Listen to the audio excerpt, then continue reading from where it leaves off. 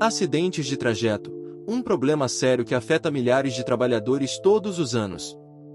Neste vídeo, abordaremos as principais causas de acidentes de trajeto, seus impactos para empresas e trabalhadores, e como preveni-los. Inscreva-se no canal e ative o sininho para não perder nenhum conteúdo.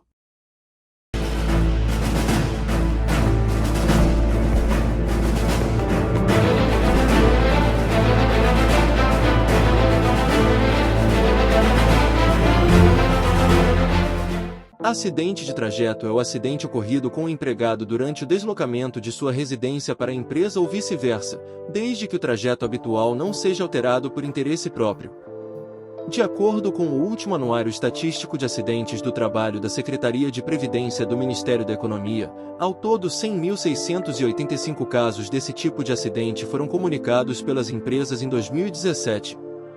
Esse volume corresponde a 22% do total de acidentes de trabalho.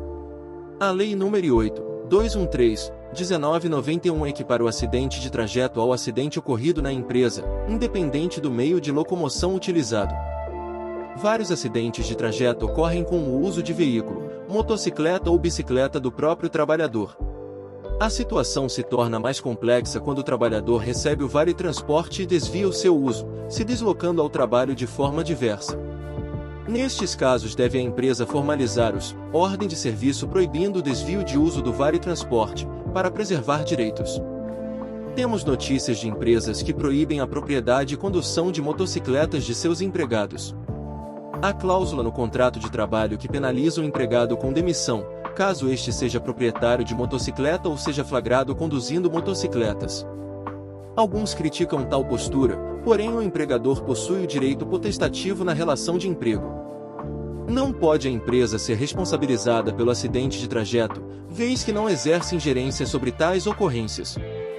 Tal fato motivou o CNPS, Conselho Nacional de Previdência Social, a excluir do cálculo do FAP, Fator Acidentário de Prevenção, os acidentes de trajeto.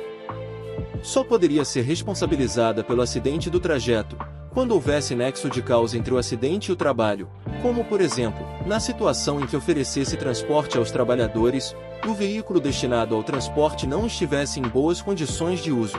Quando então a empresa teria culpa na modalidade elegendo pela escolha da empresa que realiza o transporte dos trabalhadores. No entanto, ainda que a empresa não concorra com a responsabilidade pelo acidente de trajeto, nos termos da Lei nº 8.213/91, será obrigada a reconhecer a estabilidade do trabalhador por 12 meses, quando afastado por mais de 15 dias, bem como promover o depósito do FGTS, Fundo de Garantia do Tempo de Serviço. Além do direito à estabilidade e da percepção de indenização, caso haja responsabilidade da empresa, o trabalhador acidentado, cumulativamente, também tem o direito de receber benefícios do INSS como auxílio doença acidentário, auxílio acidente e aposentadoria por invalidez. Quando se fala em acidente de trajeto, especialmente nas discussões judiciais, define-se dois conceitos importantes: I, nexo cronológico, 2, nexo topográfico. O nexo cronológico estabelece a relação de tempo no percurso entre a empresa e a residência do trabalhador e vice-versa.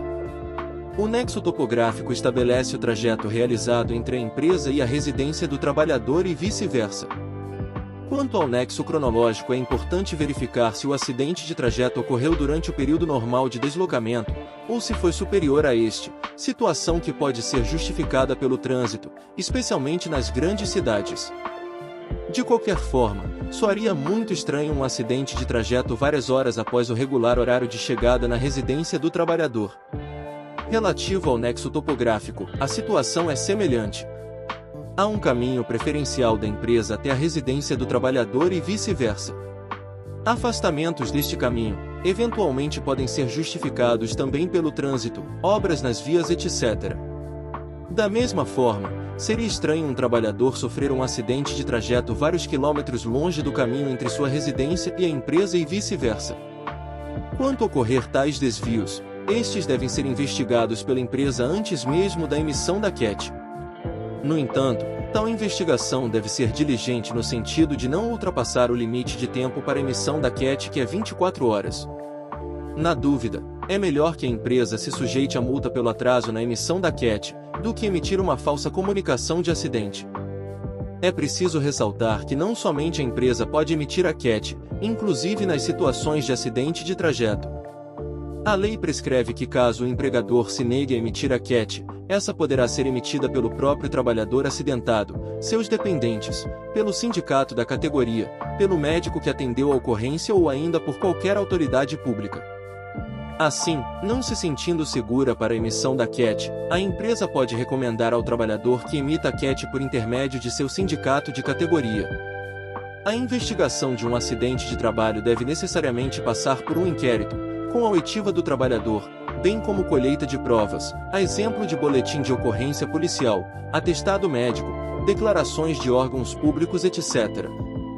A caracterização do acidente de trajeto como acidente de trabalho foi discutida no Congresso Nacional, por meio da Medida Provisória 871/2019, cuja finalidade era combater fraudes na concessão de benefícios previdenciários.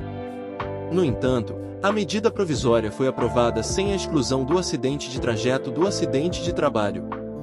Houve inclusive uma relação feita com o fato das horas itinere não caracterizarem tempo à disposição do empregador. No entanto, como diz o adágio popular, uma coisa é uma coisa, outra coisa é outra coisa. Finalmente, não é totalmente impossível a prevenção de acidentes de trajeto. Ainda me recordo de um caso da Petrobras, no centro do Rio de Janeiro, que levantou quais os locais de maior incidência com acidentes, chegando à conclusão que grande parte eram resultados das calçadas mal conservadas, e passou ela própria a arrumar e conservar determinados locais com finalidade de reduzir os acidentes. É possível também implementar campanhas educativas, inclusive de direção defensiva, para que os trabalhadores passem a adotar comportamento diferente do atual e, com isso, possa haver uma redução dos acidentes de trajeto. Um bom momento de focar nesta questão é durante a CIPAT, que ocorre a cada ano nas empresas.